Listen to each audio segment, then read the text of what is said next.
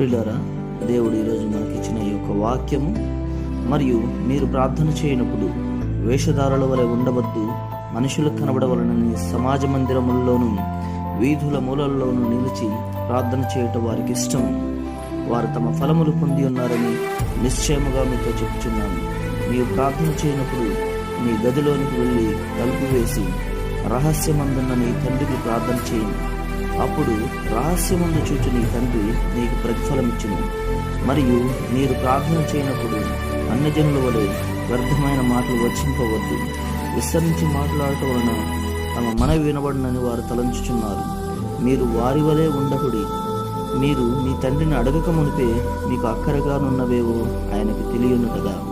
పిల్లరా, అనేక మంది ఎంతో దీర్ఘమైన ప్రార్థనలు చేస్తూ ఉంటారు, దీర్ఘదర్శుల వలె. ఎవరైతే సంఘములలో మనం చూస్తూ ఉంటాం. కాబట్టి